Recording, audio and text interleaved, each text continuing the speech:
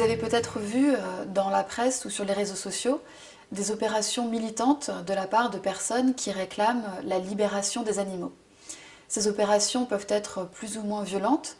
Cela peut être par exemple des inscriptions sur des boutiques comme des fromageries ou des boucheries avec marqué lait égale viol ou viande égale meurtre.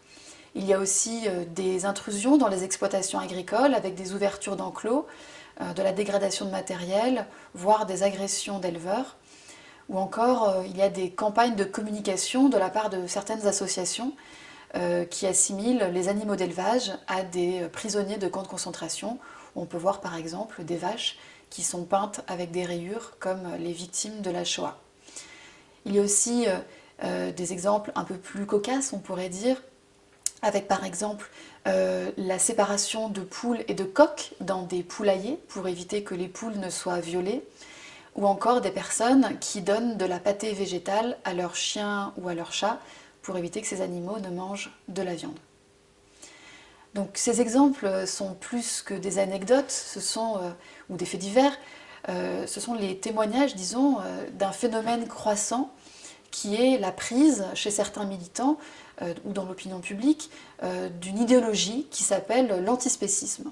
L'antispécisme est né dans les années 70, notamment sous la plume d'un philosophe qui s'appelle Peter Singer.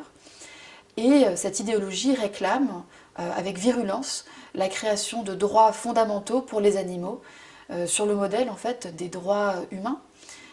Donc ces droits animaux qu'il faudrait créer sont le droit à ne pas être enfermé, ne pas être tué ni mangé, à ne pas souffrir et plus généralement à ne pas être exploité.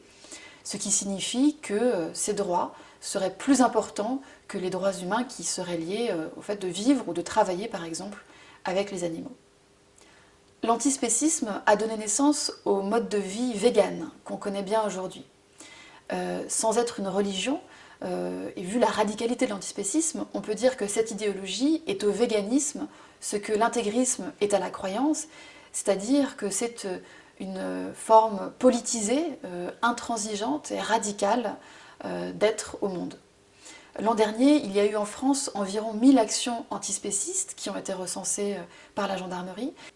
Ce que j'essaie de montrer dans le livre, c'est l'impasse intellectuelle de l'antispécisme, qui utilise des raisonnements fallacieux, mais aussi qui représente une forme de menace pour le pluralisme démocratique, puisque l'antispécisme est une idéologie intolérante à d'autres modes de vie qui ne sont pas ceux de ses militants. Mais je ne le fais pas au nom du productivisme ou au nom du droit naïf à manger de la viande. Je m'inscris dans une réflexion écologique qui doit être, à mon sens, encore plus volontariste et responsable, avec deux priorités, qui sont d'abord le bien-être animal, qui doit être absolument respecté, et davantage qu'aujourd'hui, et évidemment la lutte contre le réchauffement climatique, qui est vraiment la priorité entre toutes.